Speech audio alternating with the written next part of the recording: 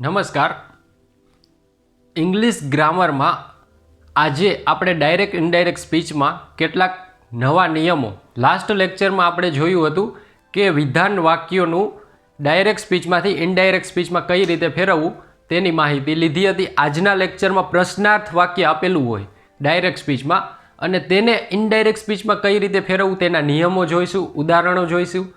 આ સાથે આપણે ગુજરાતી સાહિત્ય પણ શરૂ કરેલું ધોરણ 12માં, તેમાં પણ તમારો સારો એવો રિસ્પોન્સ મળ્યો. હવે તમે એક નવી રિક્વાયરમેન્ટ જે પહેલાં પણ તમે કહી ચૂક્યા કે વોકેબ કરાવો, ઇંગ્લિશ ગ્રામરના વોકેબ કરાવો. તો આ વોકેબમાં શું છે કે જેટલું કરો એટલું ઓછું જ છે. તો એના માટે હું શું કરીશ કે દરરોજ જે આ ઇંગ્લિશ ગ્રામરનો લેક્ચર મૂકું એની સાથે સાથે લેક્ચરમાં એન્ડમાં 5 એવા નવા શબ્દો તમને હું આપીશ કે જે તમે ક્યારેય સાંભળ્યા નહીં હોય કે તમે ક્યારેય જોયા નહીં હોય અને બહુ અલગ જ હશે. કારણ કે હું જે બુક વાંચું છું, ઇંગ્લિશની એક બુક છે, તેમાં ઘણા એવા ડિફિકલ્ટ શબ્દો આપેલા હોય કે જ્યારે જે કોઈ આપણે સાંભળ્યા ન હોય. તો આ પ્રકારના જે શબ્દો છે જે ડેઇલી લાઈફમાં આપણે જોઈ તો ગુજરાતીમાં તો આપણે યુઝ કરતા જ હશું, પરંતુ ઇંગ્લિશમાં પણ એના અર્થ શું થાય, એ ઇંગ્લિશનો સ્પેલિંગ અને તેમનો અર્થ હું તમને લેક્ચરમાં અંતમાં જ્યારે પણ ઇંગ્લિશ ગ્રામરનો લેક્ચર મૂકું ત્યારે 5 એવા શબ્દો આપીશ કે જે તમે સાંભળ્યા નહીં હોય અથવા તો તેનો મતલબ તમે વાંચશો તો આમ ખબર હશે પણ કે એક્ઝેક્ટ મિનિંગ શું થાય એ તમને નહીં ખબર હોય. તો એ પ્રકારના નવા શબ્દો હું તમને લેક્ચરના એન્ડમાં આપીશ કે જે 5 શબ્દો સાથે તમારે શું કરવાનું છે. હું તમને જે શબ્દ આપું એ શબ્દ તમારે નોટ કરવાના છે. એ નોટ કરી તેનો સમાનાર્થી શબ્દ શું થાય, કેટલા એના સમાનાર્થી શબ્દો મળે છે એ તમારે નોટ કરવાના. એવી જ રીતે તમારે એ જ શબ્દના વિરોધી શબ્દો કેટલા થાય છે એ પણ લખવાના. આ રીતે તમે કરશો તો વોકેબ વધતું જશે. ખાલી એકી સાથે તમે વોકેબના ઢગલો બંધ તમે એક યારે વાંચી લેશો તો એ રીતે વોકેબ ન વધે. આ છે ને પ્રેક્ટિસ કરવાની વસ્તુ છે. તો વોકેબ હું તમને ઇંગ્લિશ ગ્રામરના દર લેક્ચરના અંતે 5 શબ્દો હવેથી આપીશ, એટલે કે તમારે વોકેબ પણ તૈયાર થતું જાય. તો હવે લેક્ચરની શરૂઆત આપણે ડાયરેક્ટ ઇનડાયરેક્ટ સ્પીચમાં પ્રશ્નાર્થ વાક્યો વિશે માહિતી મેળવીએ. તો પ્રશ્નાર્થ વાક્યો પણ 2 પ્રકારના હોય કે એક પ્રશ્ન એવો પૂછો કે તમે જમી લીધું, તો તમે કહેશો હામાં જવાબ આપી શકીએ કે ના આપી શકીએ, હા જમી લીધું. તો બીજો પ્રશ્ન એવો પણ હોઈ શકે કે તમે શા માટે અહીં આવ્યા, તો તમે એને હા કે નામાં જવાબ નહીં આપી શકો, તમારે એનું રીઝન આપવું પડશે. એવી જ રીતે આપણે જે ગુજરાતીમાં મેં તમને સમજાવ્યું એ જ રીતે આપણે ઇંગ્લિશમાં પણ પ્રશ્નાર્થ વાક્યો 2 પ્રકારના હોય છે. એટલે કે જેનો જવાબ યસ અથવા તો નોમાં આપી શકીએ અથવા તો WH વર્ડવાળા, એટલે કે જેનો જવાબ આપણે ડિસ્ક્રિપ્શનમાં આપવો પડે. તો હવે એક વસ્તુ સમજી લ્યો કે યસ અને નો વાળા હોય તે પ્રશ્નો જેનો જવાબ આપણે હા કે નામાં આપી શકીએ તેવા પ્રશ્નોની વાક્યની શરૂઆત હંમેશા સહાયકારક ક્રિયાપદથી થાય છે. જેમ કે ડુ, હેઝ એવા સહાયકારક ક્રિયાપદથી વાક્યની શરૂઆત થાય છે. જ્યારે ડિસ્ક્રિપ્ટિવ હશે એટલે કે તેનો જવાબ તમારે બોલીને અથવા તો એનો લંબાણપૂર્વક જવાબ આપવો પડે એવો હશે તો એના વાક્યની શરૂઆત WH ક્વેશ્ચનથી થશે. ખાસ સમજજો શું કહું છું કે જ્યારે હા કે નામાં જ જવાબ આપવાનો હોય તો એવા પ્રશ્નોની વાક્યની શરૂઆત છે ને સહાયકારક ક્રિયાપદોથી થશે. જ્યારે તમારે એને ડિસ્ક્રિપ્ટિવ જવાબ આપવો હોય એવા કોઈ પણ પ્રશ્ન હશે જેમ કે who, whom, આ બધા છે ને WH ક્વેશ્ચન કહેવાય. તો આ WH ક્વેશ્ચન વાળા જવાબ છે ને હંમેશા ડિસ્ક્રિપ્ટિવ જ હોય. આ વસ્તુ ખાસ યાદ રાખજો. તો એમાં ક્યાં આવે WH વર્ડમાં who આવશે, whom આવશે, whose આવશે, when આવશે, ત્યારબાદ આવશે where, why, what, which. આ બધા WH ક્વેશ્ચન છે. તો હવે ઉદાહરણ આપણે જોઈએ. ડુ યુ નો હર, તો આને આપણે જવાબ યસ કે નોમાં આપી શકીએ, યસ અથવા તો નો. આ રીતે તમે આપી શકો. Has he completed his work, તેને તેનું કામ પૂરું કર્યું, તો એમાં પણ તમે યસ અથવા તો નોમાં જવાબ આપી શકો છો. એટલે કે પ્રશ્નાર્થ વાક્યોની બે કેટેગરી પડે. એક કેટેગરી એવી છે કે જેનો જવાબ તમે હા કે નામાં આપી શકો, અને બીજી કેટેગરી એવી છે કે જેનો તમે હા અથવા નામાં જવાબ નહીં, પરંતુ તમારે એનો ઊંડાણપૂર્વક વિસ્તારથી જવાબ આપવો પડે. એટલે આ બે કેટેગરી આપણે અહીં પડેલી છે. હવે અહીં એ જ લખેલું છે કે પ્રશ્નની શરૂઆત સહાયકારક ક્રિયાપદથી થાય. કેવા પ્રશ્નો કે જેનો જવાબ હા કે નામાં આપી શકી તેની પ્રશ્નની શરૂઆત સહાયકારક ક્રિયાપદ ડુ, હેઝ, હેવ એવા સહાયકારક ક્રિયાપદથી થાય. ઇઝ. ત્યારબાદ જ્યારે ડિસ્ક્રિપ્ટિવ હશે એમાં તમે જોશો તો WH ક્વેશ્ચન જોવા મળશે. એમાં આપણે ઉદાહરણ જોઈએ કે why did you not attend the class yesterday. હવે અહીં પ્રશ્ન પૂછેલો છે કે ગઈકાલે ક્લાસ એટેન્ડ શા માટે નથી કર્યો. તો તમે જ વિચારો કે આનો જવાબ હું યસ કે નોમાં આપી શકું, કે ગઈકાલે શા માટે ક્લાસ એટેન્ડ નહોતો કર્યો, યસ કે નો કહી શકું? તો કે ના. તો આવા પ્રશ્ન હોય WH ક્વેશ્ચન આવશે જેનો જવાબ મારે ઊંડાણપૂર્વક આપવો પડશે. કે જેમ કે હું આનો જવાબ આપું કે ગઈકાલે ક્લાસ શા માટે એટેન્ડ નહોતો કર્યો, તો હું એમ કહી શકું કે મારી તબિયત ખરાબ હતી, અથવા તો હું ઘરે ગેસ્ટ આવ્યા હતા તો એમાં બિઝી હતો. આવી રીતે કોઈ પણ રીઝન આપી શકો. ઊંડાણપૂર્વક તમારે રીઝન આપવાનું હોય ત્યારે WH ક્વેશ્ચનનો ઉપયોગ થાય છે. હવે એના પછીનું એક ઉદાહરણ છે when will you finish the work. આમાં પૂછેલું છે કે તમે કામ ક્યારે પૂરું કરશો. તો હું એમ કહી દઉં કે અઠવાડિયા પછી થશે અથવા તો મહિનાથી પછી થશે. આવું કંઈક મારે જવાબ આપવો પડે. એમાં યસ કે નોમાં હું જવાબ ન આપી શકું. Van will you finish work, yes ખાલી એટલું કહી દઉં તો હાલે? નો હાલે. એટલે કે એનું રીઝન આપવું પડે કે કેટલા ટાઈમે પૂરું થશે, ક્યારે થશે. આવા જે રીઝન આપવા પડે ત્યારે WH ક્વેશ્ચનનો ઉપયોગ થાય છે. હજી એક વસ્તુ યાદ રાખજો કે જ્યારે ઇનડાયરેક્ટ સ્પીચમાં WH ક્વેશ્ચન આવે, એટલે કે તમે ડાયરેક્ટ સ્પીચનું વાક્ય હોય એમાં WH ક્વેશ્ચન આપેલું હોય, તો ઇનડાયરેક્ટ સ્પીચમાં વાક્યને જોડવા WH ક્વેશ્ચનનો જ ઉપયોગ થાય છે. સંયોજક તરીકે આ WH ક્વેશ્ચન જ વપરાય. વુ, વુમ, વુઝ, વેન આ બધા સંયોજક તરીકે વપરાય છે. હવે જે ઉદાહરણ આપણે જોઈશું એમાં હું તમને આ સંયોજક તરીકે કઈ રીતે વપરાય છે એનું પણ માહિતી આપું. તો હવે આપણે ઉદાહરણો જોઈ લઈએ. હવે પ્રશ્નાર્થ વાક્યોના અહીં ઉદાહરણ આપેલા છે.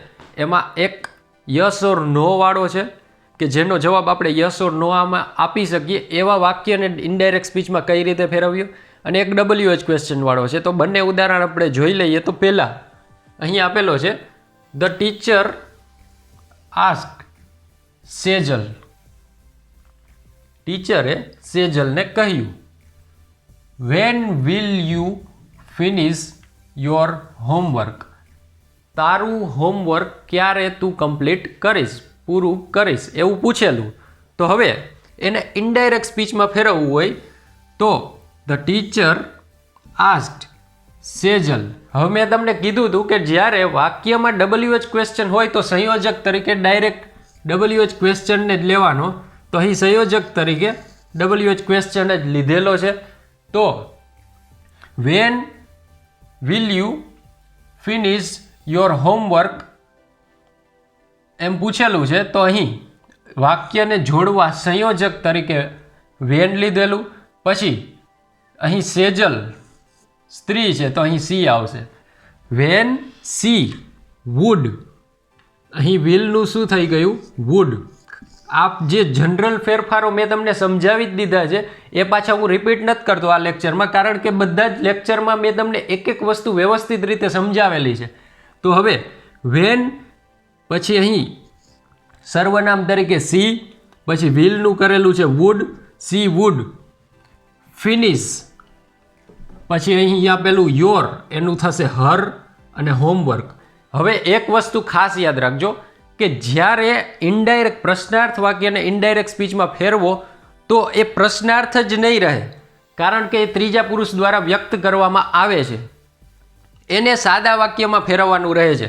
જેમ કે અહીં જોવો તમે વેન પછી તમે would she finish her homework એમ લખ્યું હોત તો એ એઝ ઇટ ઇઝ પ્રશ્નાર્થ વાક્ય જ રહેત. પરંતુ પ્રશ્નાર્થ વાક્યને આપણે સાદા વાક્યમાં ફેરવવાનું છે કે ટીચરે સેજલને પૂછ્યું કે તે તેનું હોમવર્ક ક્યારે પૂરું કરશે એવું આપણે સાદા વાક્યમાં બતાવવાનું છે. અને આ છે એ ડાયરેક્ટ પૂછેલું છે એટલે એમાં પ્રશ્નાર્થ આવે છે. વ્યવસ્થિત સમજજો હું શું કહું છું, વાતને સમજવાની કોશિશ કરો. કારણ કે અહીં જુઓ, the teacher ask the Sejal, direct teacher સેજલને પૂછે છે when will you finish your homework, તું તારું કામ હોમવર્ક ક્યારે પૂરું કરીશ. પરંતુ હવે આ પ્રશ્ન છે એ કોઈ વ્યક્તિ બોલે છે કે ટીચરે સેજલને આ રીતે પૂછ્યું હતું કે તે તેનું હોમવર્ક ક્યારે પૂરું કરશે. એટલે આપણે અહીં જે સર્વનામમાં ફેરફારો છે, અહીં વિલનું વુડ કર્યું, પરંતુ એની પહેલાં આપણે સી મૂકેલું. એટલે શું છે કે પ્રશ્નાર્થ વાક્ય સાદા વાક્ય, નકર when would she finish her homework, તો એઝ ઇટ ઇઝ પ્રશ્નાર્થ વાક્ય રહેશે, એ સાદા વાક્યમાં નહીં ફરે. એટલે અહીં when she would finish her homework આ રીતે લખેલું છે. હજી ન સમજાય તો છે ને એકવાર વિડીયોને રિવર્સ કરજો, પાછો જોજો અને હું શું બોલ્યો એ તમે સમજવાની કોશિશ કરજો. છતાં પણ ન સમજાય તો તમે મને મેસેજ કરજો અથવા તો કોમેન્ટમાં કહેજો, હું નેક્સ્ટ લેક્ચરમાં સમજાવી દઈશ. હવે એના પછીનો પ્રશ્ન છે કે have you read the Indian constitution. આપણે કોઈને પૂછવું હોય કે તમે બંધારણ કમ્પ્લીટ કરી લીધું, તો કોઈ કહેશે હા કરી લીધું, કોઈ કહેશે ના બાકી છે. તો હા કે નાનો જવાબ આમાં આપી શકીએ. સી આસ્ક્ડ એટલે કે તેણીએ કહ્યું. તો હવે એને ઇનડાયરેક્ટ સ્પીચમાં શું કરશું? C asked. હવે આ પ્રકારના વાક્ય હોય કે જેનો જવાબ યસ કે નોમાં આપી શકીએ અને સહાયકારક ક્રિયાપદ તરીકે જો વાક્યની શરૂઆતમાં આવતું હોય, એટલે પ્રશ્નાર્થ વાક્યની શરૂઆત સહાયકારક ક્રિયાપદથી થતી હોય, તો એવા વાક્યને જોડવા. વ્યવસ્થિત સમજજો, સહાયકારક ક્રિયાપદથી વાક્યની શરૂઆત થતી હોય અને ઇનડાયરેક્ટ સ્પીચમાં એવા વાક્યને જોડવા હોય તો તમે ઇફ અથવા વેધરનો સંયોજક તરીકે ઉપયોગ કરી શકો છો. જ્યારે WH ક્વેશ્ચન જ આપેલું હોય તો એના સંયોજક તરીકે WH ક્વેશ્ચન જ લેવાનો. પરંતુ જો વાક્યની શરૂઆત સહાયકારક ક્રિયાપદથી થતી હોય તો તેના સંયોજક માટે ઇફ અથવા તો વેધરનો ઉપયોગ થાય છે. તો હવે આપણે જોઈએ, have you read the Indian constitution, she asked. તો હવે એને ઇનડાયરેક્ટ સ્પીચમાં સી આસ્ક્ડ ઇફ વેધર એ વાક્યને જોડવા. શું કીધું? Have you read Indian constitution. તો હેવ યુને આપણે સાદો આ જે છે વાક્ય એ પૂર્ણ વર્તમાન કાળનું છે, એને પૂર્ણ ભૂતકાળમાં કરવાનું. એ તો આપણને ખબર જ છે. આ વસ્તુ મેં કાળમાં જે ફેરફારો થાય એમાં સમજાવેલી છે. તો આ પૂર્ણ વર્તમાન કાળના વાક્યને પૂર્ણ ભૂતકાળમાં અને પ્રશ્નાર્થ છે તો એને સાદા વાક્યમાં ફેરવવાનું. યુની જગ્યાએ આઈ, પછી હેવ એનું થશે હેડ, રીડ ધ ઇન્ડિયન કોન્સ્ટિટ્યુશન.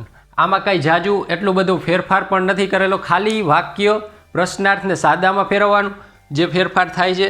પછી એક વસ્તુ ખાસ યાદ રાખવાની છે, એ છે જો વાક્યની શરૂઆત સહાયકારક ક્રિયાપદો તરીકે થતી હોય, વાક્યની શરૂઆતમાં સહાયકારક ક્રિયાપદો આવતો હોય પ્રશ્નાર્થ વાક્યમાં, તો એને વાક્યને જોડવા ઇફ અથવા વેધરનો ઉપયોગ થાય છે. જ્યારે WH ક્વેશ્ચન જ સહાયકારક ક્રિયાપદ એટલે કે વાક્યને જોડવા વપરાય છે. હવે આ વસ્તુ તમને સમજાઈ ગઈ હશે એવું એવું લાગે છે. તો હવે આપણે આગળ કેટલાક હજુ પણ WH ક્વેશ્ચનના ઉદાહરણો જોઈએ. પછી તમને એન્ડમાં 5 વોકેબ આપીશ, એના સમાનાર્થી શબ્દો અને વિરોધાર્થી શબ્દો તમારે જાતે ગોતી મને મોકલવાના છે, અથવા તો તમારે કહેવાનું છે કે મને આટલા વોકેબ મળ્યા, હજુ પણ કાંઈ કન્ફ્યુઝન હોય તો મને જણાવવાનું. એ રીતે હું પણ તમારી સાથે મહેનત કરીને કંઈક નવા વોકેબ મળતા હશે, સમાનાર્થી શબ્દો મળતા હશે તો એ પણ હું ગોતવાની કોશિશ કરીશ. તો હવે આના પછીના કેટલાક હજુ પણ WH ક્વેશ્ચનના અને પ્રશ્નાર્થ વાક્યોમાં જે ઉદાહરણો છે તે પણ જોઈ લઈએ. હવે આ યસ ઓર નો ટાઈપમાં ક્વેશ્ચનમાં પણ કેટલાક નિયમ છે. એમાં થોડોક સ્પેશિયલ નિયમમાં જુઓ તો જ્યારે યસ ઓર નો ટાઈપનું વાક્ય એટલે કે વાક્ય પ્રશ્નાર્થ વાક્યની શરૂઆત જે સહાયકારક ક્રિયાપદથી થતી હોય તો આપણે એને યસ ઓર નો ટાઈપના ક્વેશ્ચન કહીએ છીએ. તો આ પ્રકારના ક્વેશ્ચનમાં જો ઓર નોટનો ઉપયોગ થયેલો હોય, ઓર નોટનો ખાસ યાદ રાખજો, પ્રશ્નાર્થ વાક્યમાં ઓર નોટનો, એ પણ કેવા કે જેમાં હા કે નામાં જવાબ આપતા હો, એમાં ઓર નોટનો ઉપયોગ થયેલો હોય તો તેમાં સંયોજક તરીકે માત્ર અને માત્ર, ખાસ ભારપૂર્વક કહું છું એટલે સમજજો કે વેધર જ આવશે. વ્યવસ્થિત સમજો, હજી એકવાર કહું, યસ ઓર નો ટાઈપના ક્વેશ્ચન હોય જેનો જવાબ હા કે નામાં આપી શકો અને તેમાં ઓર નોટનો ઉપયોગ થયેલો હોય તો ઇનડાયરેક્ટ સ્પીચમાં ફેરવતી વખતે સંયોજક તરીકે માત્ર ને માત્ર વેધરનો ઉપયોગ થશે, ઇફનો ઉપયોગ થશે નહીં. આ વસ્તુ ખાસ યાદ રાખજો. હવે ઉદાહરણ આપું. સી આસ્ક મી, તેણીએ મને કહ્યું, પૂછ્યું, do you like a long novel or not? વાક્યમાં, પ્રશ્નાર્થ વાક્યમાં જોવો તો એને મને પૂછ્યું કે તને લાંબી નવલકથાઓ પસંદ છે કે નહીં, ઓર નોટ. ઓર નોટ પૂછેલું છે.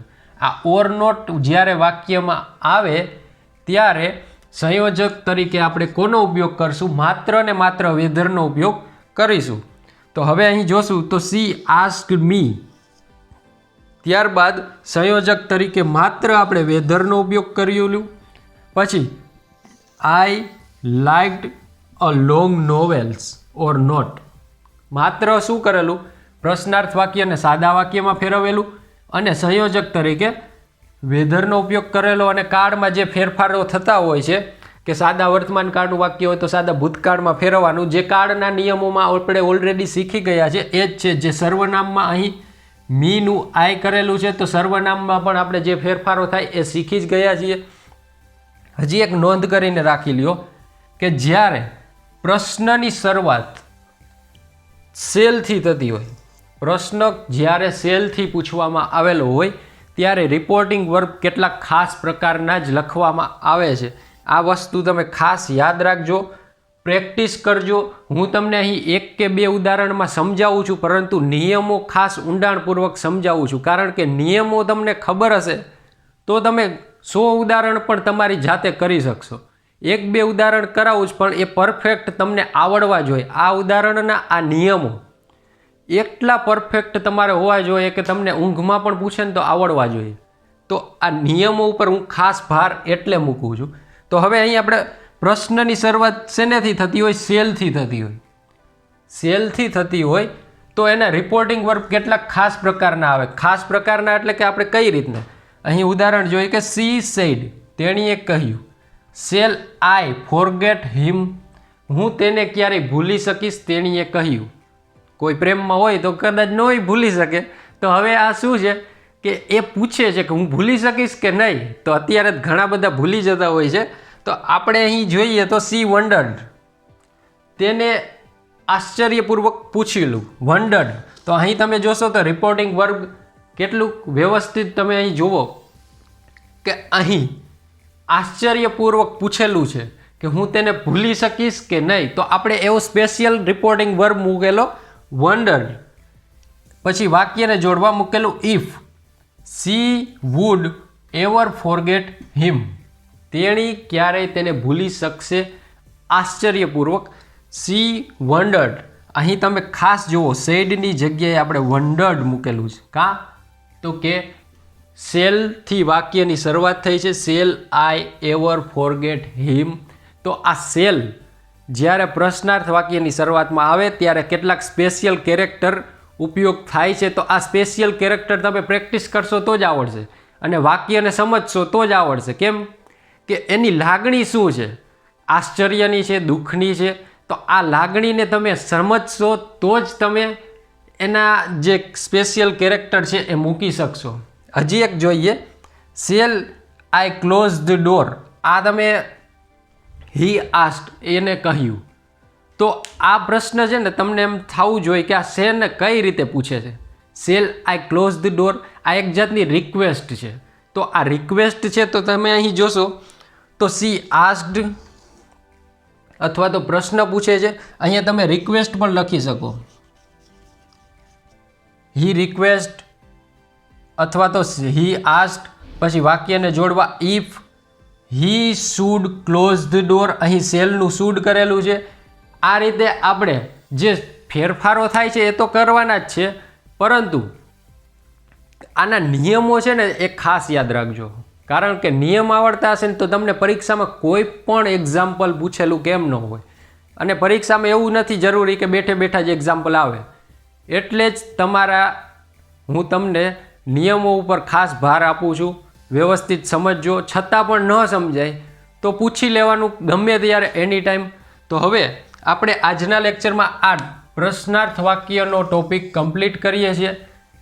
અને હવે હું તમને 5 શબ્દો આપીશ. આ શબ્દો વોકેબમાં તમારા લિસ્ટમાં આવી જ જવા જોઈએ. તો આ 5 શબ્દો જોઈ લઈએ, પછી લેક્ચર આપણે કમ્પ્લીટ કરીએ અને નેક્સ્ટ લેક્ચરમાં વધુ આપણે માહિતી લઈશું. તો હવે આના કમ્પ્લીટ કરતાં પ્રશ્નાર્થ વાક્યવાળો WH ક્વેશ્ચન અને યસ ઓર નો વાળો ટોપિક કમ્પ્લીટ થાય છે, ડાયરેક્ટ ઇનડાયરેક્ટ સ્પીચનો.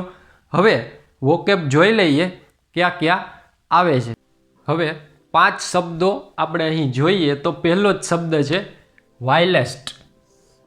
શબ્દ વ્યવસ્થિત સ્પેલિંગ પણ જોઈ લેજો.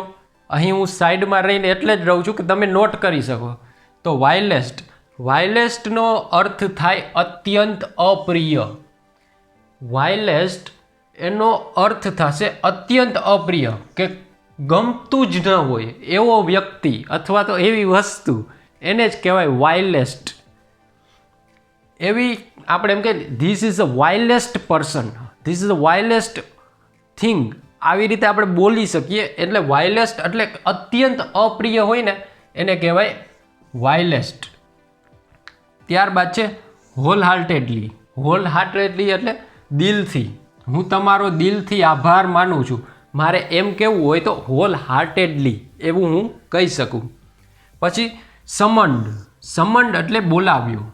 સમન્ડ એટલે બોલાવ્યો અથવા તો હાજર થવા કહેવું, એનો આપણે સમન્ડ કહી શકીએ. ત્યારબાદ છે વિટેડ. વિટેડ શબ્દનો અર્થ થાય બુદ્ધિ. વિટેડ શબ્દનો અર્થ થાય બુદ્ધિ. અને રેરિટી. આ રેરિટી શબ્દ રેર ઉપરથી આવેલો છે. રેર ઉપરથી રેરિટી શબ્દ બનેલો. એટલે કે રેરિટી એટલે કેવું કે દુર્લભ અથવા તો વિરલ વસ્તુ. રેરિટીનો મતલબ થાય દુર્લભ, કે જે મેળવવી કોઈ વસ્તુ એવી હોય જેમ કે સંજીવની બુટી, આ મેળવવી દુર્લભ અથવા તો રેરમાં ક્યાંય મળવી બહુ અઘરી હોય એવી વસ્તુને રેરિટી કહેવાય. એટલે કે દુર્લભ અથવા તો વિરલ વસ્તુ. આ 5 શબ્દો. હવે તમારે આ 5 શબ્દોના સમાનાર્થી શબ્દ ગોતવાના છે અને એના વિરોધી શબ્દ ગોતવાના. એટલે તમારું બધું જ આ કમ્પ્લીટ થતું થશે. ખાલી 5 શબ્દ કરશો ને તો અત્યારે ટાઈમ ઘણો બધો છે આપણી પાસે, દરિયો ભેગો કરી શકશો. અને તમને હું ગેરંટી આપું કે જે ઓફિસ હોલ્ડરના સ્ટુડન્ટ છે ને એ ટોપ ઉપર હશે.